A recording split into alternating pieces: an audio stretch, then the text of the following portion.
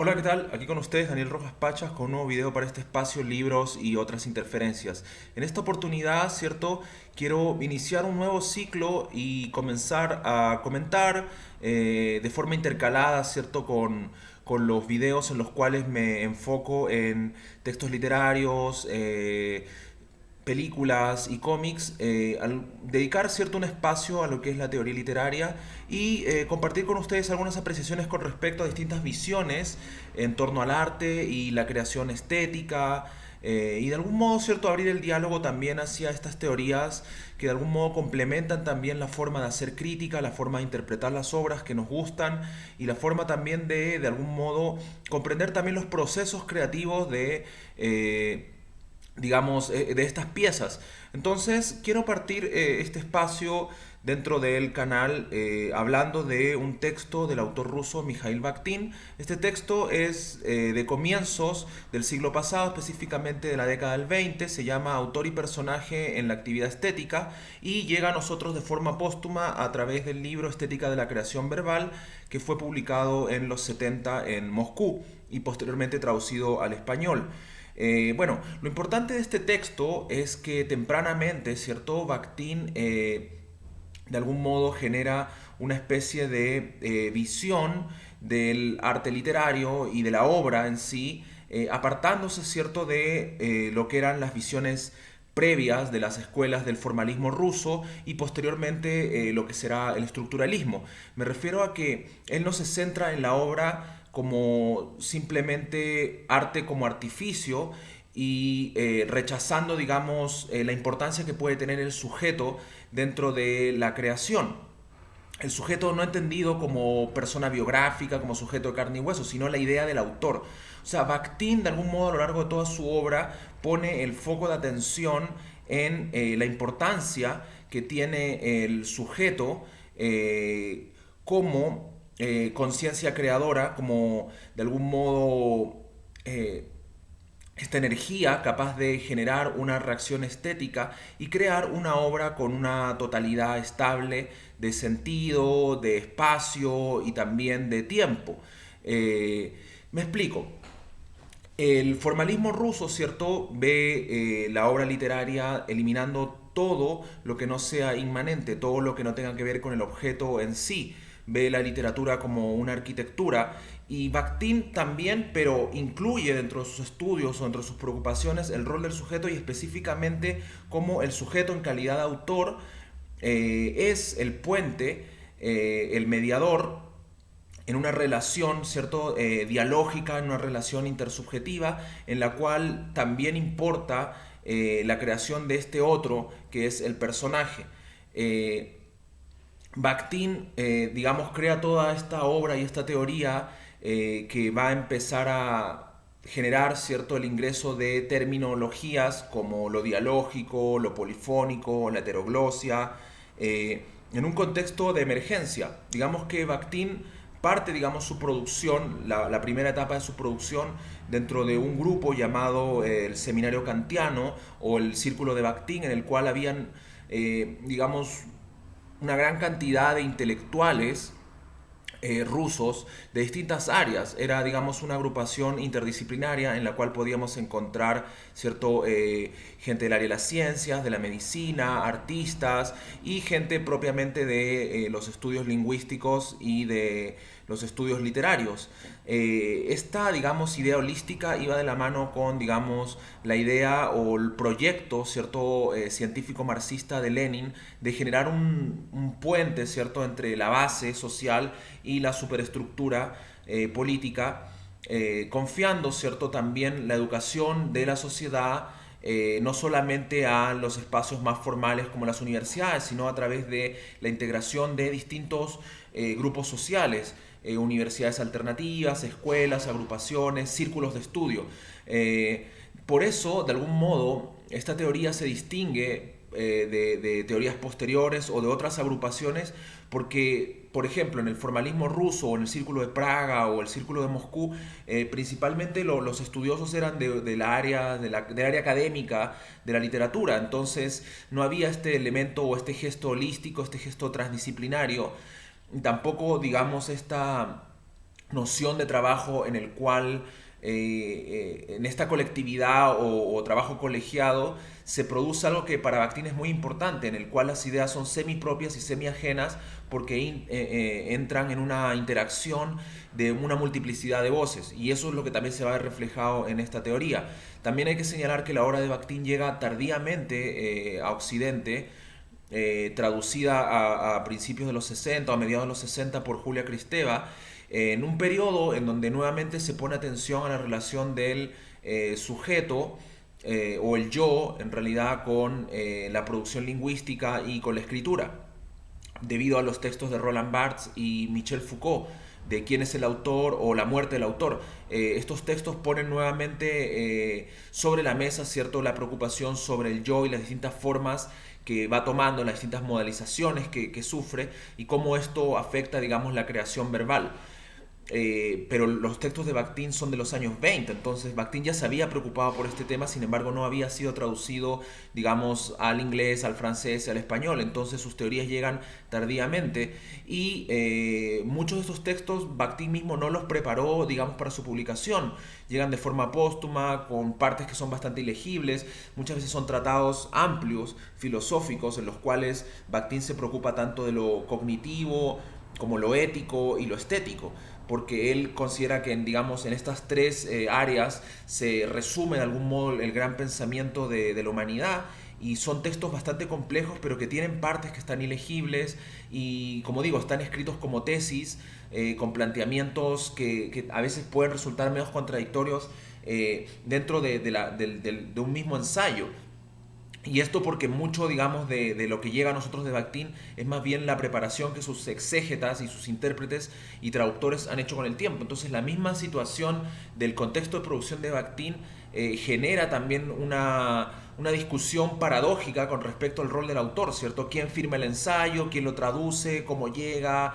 ¿En qué contexto se sitúa? Entonces también hay un tema ahí con respecto a la autoría, no solamente porque Bakhtin lo trate dentro de sus ensayos, sino también porque de algún modo en los mismos textos sufrieron de algún modo esa dilación al para llegar al lector.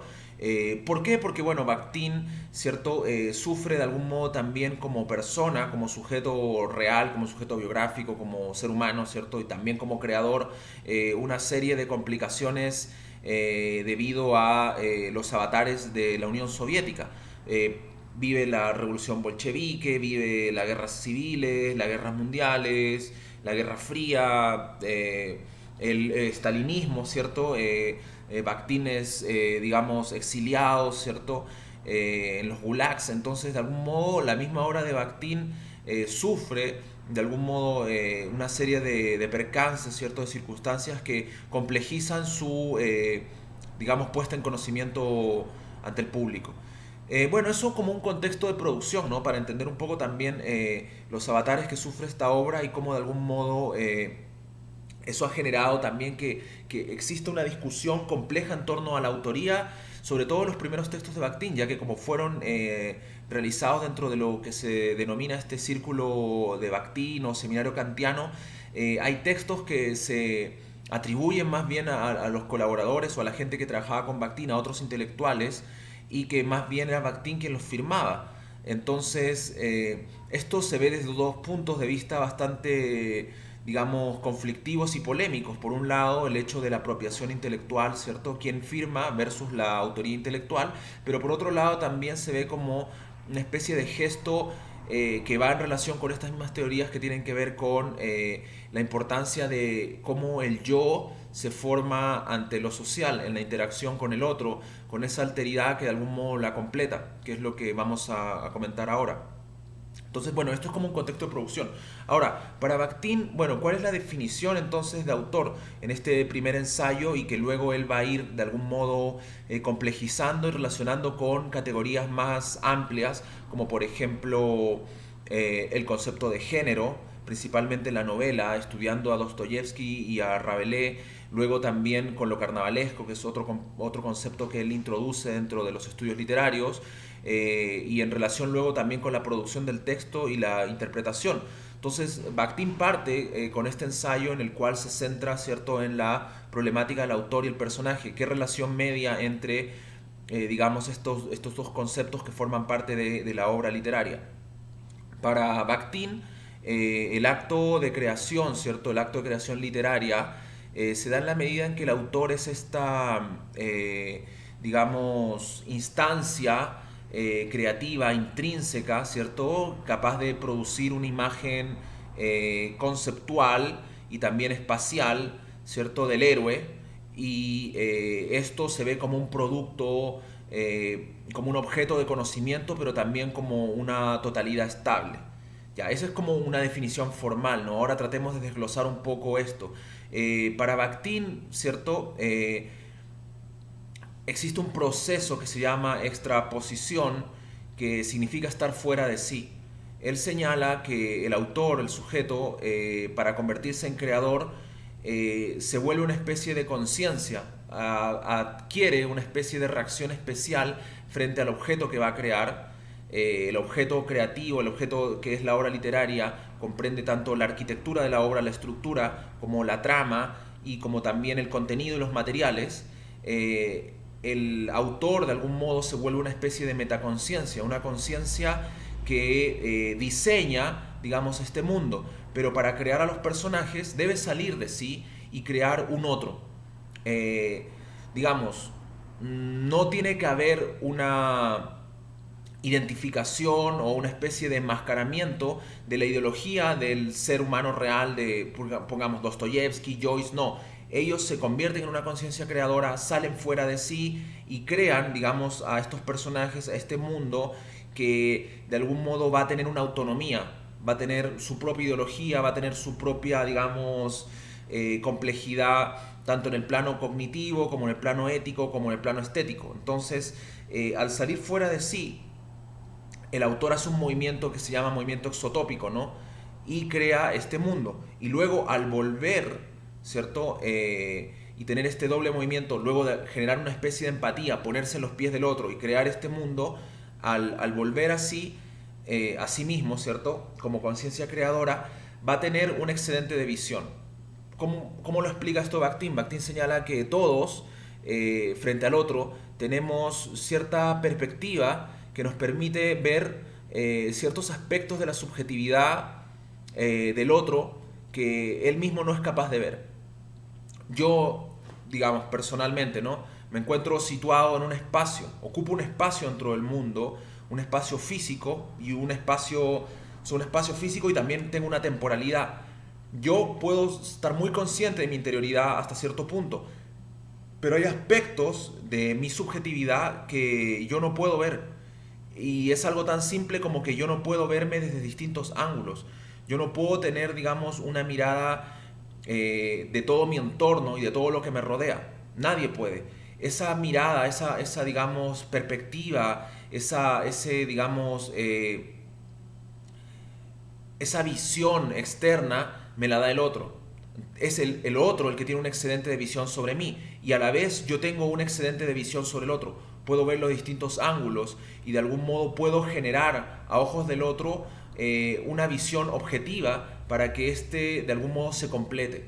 Digamos que en esta interacción tan real que se da día a día, es que de algún modo también el autor como conciencia tiene que generar una visión de sus personajes y genera una visión, un excedente de visión que le permite no solamente observar la exterioridad de los personajes y las distintas relaciones que tienen tanto espacial como temporalmente, sino que también le permite tener un conocimiento total con respecto a las relaciones de este personaje desde su nacimiento hasta su muerte, porque es el autor, creador, ¿cierto? Es esta conciencia creativa la que puede determinar el devenir del personaje, sus sentimientos, sus gestos, sus percepciones, sus miedos, sus pulsiones.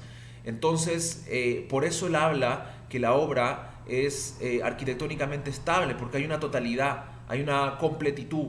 Esto se cierra, digamos, si bien tiene sus propias reglas, su propia coherencia, su propia autonomía, entregada por el autor al transformarse en otro fuera de sí, esta obra en sí tiene una, digamos, conclusividad, una especie de totalidad estable, tanto de sentido como de espacio y de tiempo, que la vida real no tiene.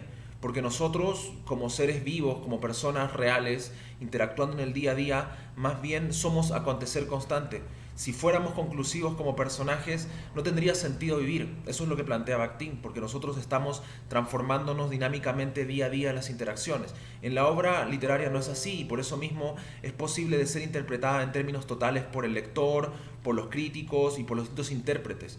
Eh, Obviamente Bakhtin separa, ¿no? Cuando un creador se vuelve, o sea, cuando una persona, un sujeto se vuelve una conciencia creativa, se vuelve un autor, que no hay que entenderlo, ¿cierto?, como autor como una persona, ¿no? No hay que confundir a la persona de carne y hueso y la conciencia autoral. O sea, el hecho de convertirse en autor es casi una energía, es una especie digamos, actividad estética, es una vivencia estética que se da y que forma parte de la obra, forma parte también de la arquitectura de obra. La categoría de autor forma parte de la obra y es la mediación que existe entre esta conciencia creadora y el personaje.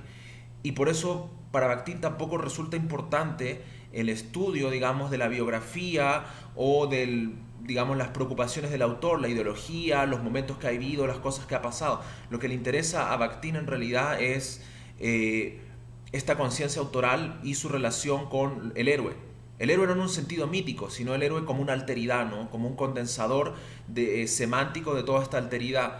Entonces, es sumamente compleja la teoría. Sé que no se puede entender inmediatamente, hay que leerla.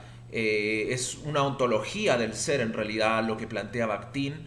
Es una nociología de la creación y una conceptualización tanto del sujeto como autor y el sujeto dentro de la obra como personaje, marcada, ¿cierto?, por conceptos sumamente trascendentales que tienen que ver con el otro, la relación de lo que Bakhtin llama la arquitectura, ¿cierto? La arquitectura en torno a cómo se generan las relaciones tanto en la vida como en la obra estética, que es una triada de comportamientos que se puede, digamos, de alguna manera graficar en estos tres enunciados que son yo para mí, yo para el otro y el otro para mí. Entonces, para Bakhtin, tanto en la vida real como en la obra literaria, ¿cierto? No hay, digamos, verdad, no hay una construcción, no hay enunciados, no hay creación y no hay interacción si es que no existen dos conciencias que se contraponen en procesos de empatía y también de visión externa, de cómo tú objetivas al otro. Por eso para Bakhtin, por ejemplo, hay un ejemplo que es muy claro, o sea, no existe relación con el otro si es que estoy yo solo, por ejemplo, frente al espejo. Una mirada en reflejo, una comunicación con una autoobjetivación o una autorreflexión del yo no existe. Eso simplemente es un enmascaramiento, una ideologización o panfletización de mi persona. Por ejemplo, yo puedo mirarme al espejo y tener una percepción de mí, pero es una percepción truncada, es una percepción en la cual lo que yo voy a ver simplemente son, digamos, una proyección, una especie de visión periférica y mediatizada de mi persona, instrumentalizada de mi ser, una cosificación del yo. Es diferente a cuando uno interactúa con otra conciencia y esa otra conciencia sí te completa por sus diferencias. O sea, uno se vuelve único, se vuelve individuo y tiene un nombre y tiene una diferencia cuando el otro de algún modo también interactúa contigo y le da valor y le da sustancia a todos esos elementos que te hacen único y a la vez tú haces lo mismo con el otro. Entonces, para Bakhtin ese mismo proceso, ¿cierto?, de alteridad y mismidad se da cuando en la obra literaria, ¿cierto?, el sujeto se vuelve conciencia creadora, sale de sí, crea este personaje completo, con una conciencia que de algún modo deriva, ¿cierto?, de la conciencia creativa, pero que ya es otra, incluso cuando uno hace una autobiografía, cuando uno hace una representación del yo en forma ficticia, lo que estás haciendo es crear otra versión de ti, una versión más completa, encuadrada, enmarcada en un contexto, en un marco, ¿cierto?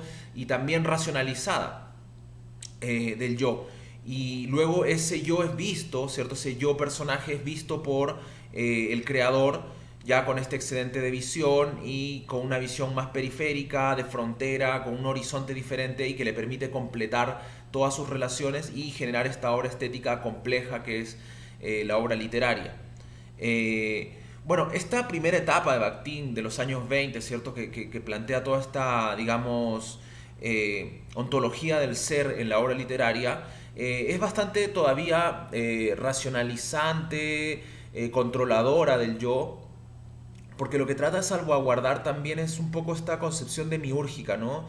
Esta concepción un poco también todavía religiosa en la teoría de Bakhtin, en la cual ¿cómo se llama? Lo que vemos es una conciencia o una metaconciencia capaz de crear un nuevo mundo, un nuevo ser diferente de sí y plantearlo como una totalidad capaz de ser, digamos, autónoma. Entonces hay un elemento demiúrgico todavía en esta parte de la teoría. Es recién cuando ya Bakhtin entra en contacto, ¿cierto?, con la obra de principalmente Dostoyevsky, que empieza a generar una apertura con respecto a estas mismas digamos, teorías que él tiene con respecto al yo y las amplía principalmente al terreno de lo dialógico, en la cual Bakhtin plantea algo. O sea, esta extraposición en la obra de Bakhtin es mucho más compleja, o sea, de acuerdo a Bakhtin, esta extraposición en la obra de Dostoyevsky es mucho más compleja porque los personajes de Dostoyevsky, desde Memorias del Subsuelo hasta personajes como los hermanos Karamazov o Raskolnikov, ¿cierto? O Svidrigailov en Crimen y Castigo, son también conciencias creadoras, son fuerzas que, digamos, resisten este afán de ser completadas y se vuelven instancias abiertas que a la vez van generando, digamos, reacciones creativas en el mundo en el cual están situadas y de algún modo también afectan al creador y afectan al lector, generando nuevas instancias de diálogo, de apertura y de interacción.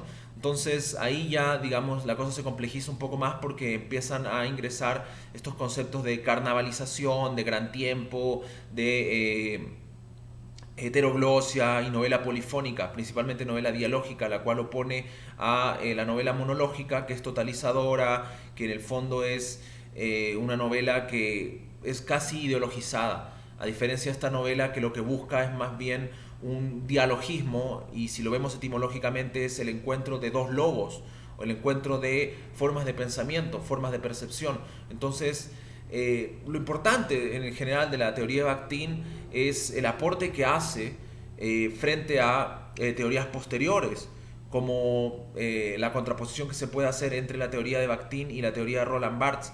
Para Roland Barthes, ¿cierto? Se enmarca, ¿cierto?, su teoría dentro de un estructuralismo en el cual lo que importa es el lenguaje, y en el lenguaje como estructura, como elemento formal, el autor ya no importa en el fondo. En cambio, para Bakhtin sí importa el sujeto, importa el sujeto situado en una época, en un espacio, en un cronotopo, e importa el sujeto como sujeto responsable y moralmente activo. ¿Por qué? Porque son contextos de producción distintos. En la forma en la cual se desarrolla toda la obra de Bakhtin, el decir, el firmar una obra podía costarte la vida. Entonces, también hay un acto de, digamos, de la importancia que tiene el sujeto frente a el devenir y frente a la ideología y el momento en que se está viviendo. Para Bakhtin es muy importante eso, y digamos, la construcción social, la construcción del pensamiento, del tejido social, de lo colectivo, se da en la interacción del yo con los otros y con este gran otro también que es la sociedad en general. Y bueno, pero lo de Bakhtin es importante porque en primera instancia logra hacer ingresar a la teoría y la preocupación de la creación verbal al sujeto, logra poner el acento en el sujeto, pero liberándose también de toda esa, digamos, de todos esos elementos biográficos, de todos esos elementos que para él no son importantes, que pueden ser importantes para una historia de la literatura y que pueden ser importantes luego de que pongamos la atención principalmente en la relación entre conciencia creadora como autor y el personaje y la obra creada. Luego lo que pueda decir el autor de su experiencia estética, de lo que vivió al crear, es simplemente un complemento. Entonces eso es muy interesante porque hay teorías actuales con todo esto de la autoficción, las novelas biográficas, la nueva importancia que tiene también todos estos géneros que ponen el acento nuevamente en el yo, en las novelas autorreflexivas, en todos estos, digamos, libros testimoniales eh, que plantean, ¿cierto?, que la creación de la voz autoral, que la creación de la figura autoral dentro de un campo cultural, pensemos por ejemplo Borges dentro de la tradición y el canon argentino, pensemos en Neruda dentro de la tradición y el canon chileno, en César Vallejo, que digamos la construcción también de esta voz, la construcción de esta imagen es una especie de autofiguración y forma parte también de la obra. Ya Bakhtin anticipa eso, o sea, en los años 20 del siglo pasado, entonces ya no pensar, ¿cierto?, también de forma tan inocente que el insertarse en un canon, en el irrumpir en este, en el generar estas tensiones entre tradición y vanguardia, no son parte también de una proyección ficticia del yo. Pensemos también en esta teoría del espejo, ¿no?, de lo que plantea Bakhtin con respecto a la autoobjetivación, a la cosificación del yo, cuando lo que hago es generar una especie de visión racionalizada de mí frente al espejo y no frente a una alteridad real, frente a otra conciencia que no me va a cosificar, sino que va a poner en juego y va a poner en movimiento mi subjetividad. Pensemos eso en función de, por ejemplo, la mediatización del yo a través de las redes sociales. Lo que pasa cuando yo creo una imagen y una proyección de mí en un perfil como el de Facebook o el de Twitter o el de Instagram y voy mostrando parcelas de mi vida estables, parcelas de felicidad, de, digamos, de éxito o también simulacros del yo. Entonces es compleja la teoría de Bakhtin, no es tan simple como pensar, bueno, este tipo simplemente quiso generar, digamos, una teoría compleja y inexpugnable, ¿cierto? Muy difícil de entender con respecto al yo. No, todo lo contrario. O sea, es una teoría que entra muy en juego, digamos, con la dinámica social y que incluso la antropología también lo ha recogido. Todorov, distintos autores preocupados, ¿cierto?, de los estudios de la alteridad, de los estudios culturales, ¿cierto?, de cómo se relaciona, por ejemplo, los procesos coloniales o los procesos también con minorías, la interacción con sujetos silenciados dentro de la historia y la literatura, ¿cierto? Por ejemplo, la mujer, por ejemplo, distintas culturas también que, por ejemplo, no tienen procesos escriturales formales, sino que trabajan la literatura y trabajan el folclore y trabajan también su construcción de identidad a través de la oralidad. Por ejemplo, todos esos procesos vistos a la luz de la teoría de Bakhtin son bastante complejos porque te invitan, ¿cierto?, a salir de ti, generar procesos empáticos para poder entender al otro, pero también saber que el otro tiene una visión amplia sobre ti que tú mismo no tienes y que tu subjetividad no se construye si no es en relación con el otro. Entonces, digamos, todo esto es lo que la teoría de Bakhtin plantea ya, digamos, hace 100 años casi. Entonces, creo que es importante darle una vuelta, revisar estos procesos de teoría y quizá también analizarlos a la luz de las obras que creamos, a la luz de las obras que leemos y también del día a día, ¿cierto? Cómo nos relacionamos con el otro, pero también a la luz de cómo nosotros mismos nos mostramos hacia el mundo. Y por eso creo que también es importante que la teoría de Bakhtin hoy día en un mundo, ¿cierto?, hipermediatizado, en un mundo inmediato, cómo también generamos ficciones del yo y, digamos, de algún modo las publicitamos y las ponemos ahí a disposición de los demás en un otro virtual también, en un otro también cosificado. Entonces finalmente no se está dando una relación de alteridad, una relación en la cual nosotros como sujetos podamos completarnos y realmente también ir creciendo, sino que en el fondo estamos enfrentando visiones cosificadas del yo con un otro cosificado y finalmente solamente estamos generando simulacros de identidad. Bueno, en general esa era la idea, ¿cierto? Compartir un poco estas visiones con respecto a la teoría de este autor Bakhtin, que se los recomiendo. Hay trabajos, hay distintas etapas, ¿cierto? Podemos encontrar un Bakhtin centrado en estas preocupaciones, luego un Bakhtin centrado en la novela, que es el que a mí más me interesa cuando hace los trabajos sobre Dostoyevsky y Rabelais, luego un Bakhtin más preocupado ya del texto.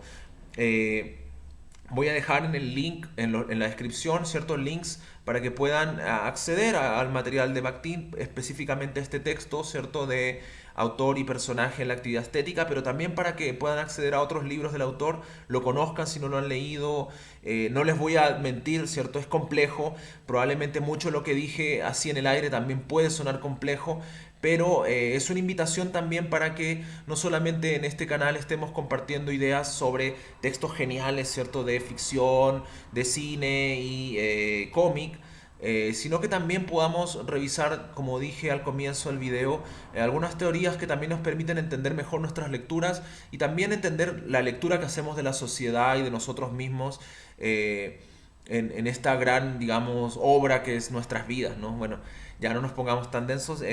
Voy a dejarles en la descripción los links para que puedan descargar estos libros, conocerlos, compartirlos y nuevamente gracias por visitar el canal, revisar los materiales que siempre estoy compartiendo y por los likes, ¿cierto? Y las suscripciones. En realidad agradezco mucho, digamos, su, digamos, interacción con el canal.